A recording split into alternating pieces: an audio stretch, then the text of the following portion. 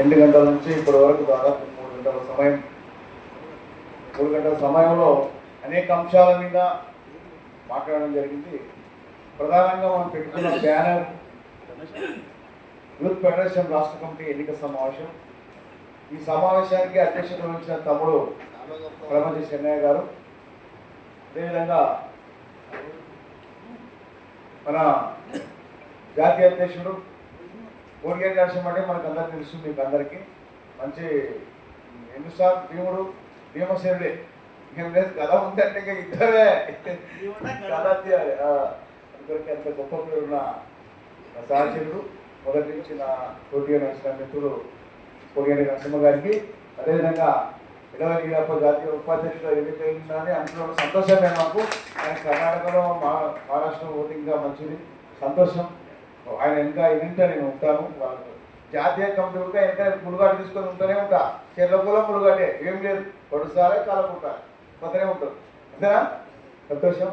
తమ్ముడు రాష్ట్ర ప్రధాన కార్యదర్శి తమ్ముడు కళ్యాణ్ శ్రీనివాస్ గారు, రాష్ట్ర కార్యదర్శి తమ్ముడు ప్రధాన రాజు గారు, తమ్ముడు మన నూతనంగా డిసెంబర్ 30వ తారీఖు నాడు 2024 డిసెంబర్ 30వ తారీఖు నాడు మన అక్రమ సమితి నూతన అధ్యక్షుడైనటువంటి అందరం సపోర్ట్తో అందరికీ వచ్చిన మిత్రులందరికీ, మల్లేష్, సిరివాటి రమేష్, మన యంగ్ టైగర్ యూత్ని అసలు ఎవడేమైనా నా వాయిస్ అనేది వినిపిస్తారు. గంటా పక్కన కంకణ కట్టుకున్న మంచి వ్యక్తి, గొప్ప వ్యక్తి. ఇప్పుడు బాధ్యత ఉంది. కల్చరల్ ఫెడరేషన్ అధ్యక్షుడిగా ఆయన కేటాయించడం, రెండోది సోషల్ మీడియా అధ్యక్షుడిగా ఆయన కేటాయించడం, 2 పదవులు ఆయనకు వచ్చినాయి. అయినా చూసుకోకపోతూనే ఉంటాడు. అందరూ మళ్ళీ దానికి అధ్యక్షుడు పెట్టాల్సింది ఆయనే, దానికి అధ్యక్షుడు పెట్టాల్సింది ఆయనే.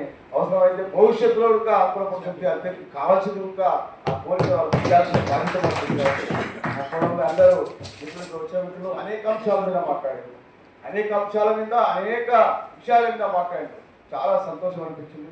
ఇక డిస్కషన్లో కొన్ని అనివార్య కారణాల వల్ల కొంతమంది నిరుత్సాహం పని రాలేకపోవచ్చు. కానీ మన సంఘం గొప్పదే. ఇప్పుడు నేను చాలామంది చాలా రకాల మాట్లాడచ్చు, కానీ జ్ఞానం అనేది గొప్పది.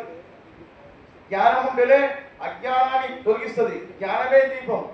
దానికి కారణం చదువు ఉంటేనే జ్ఞానం వస్తుంది. జ్ఞానం ఉంటేనే ప్రపంచ జ్ఞానం వస్తుంది, తెలివి వస్తుంది.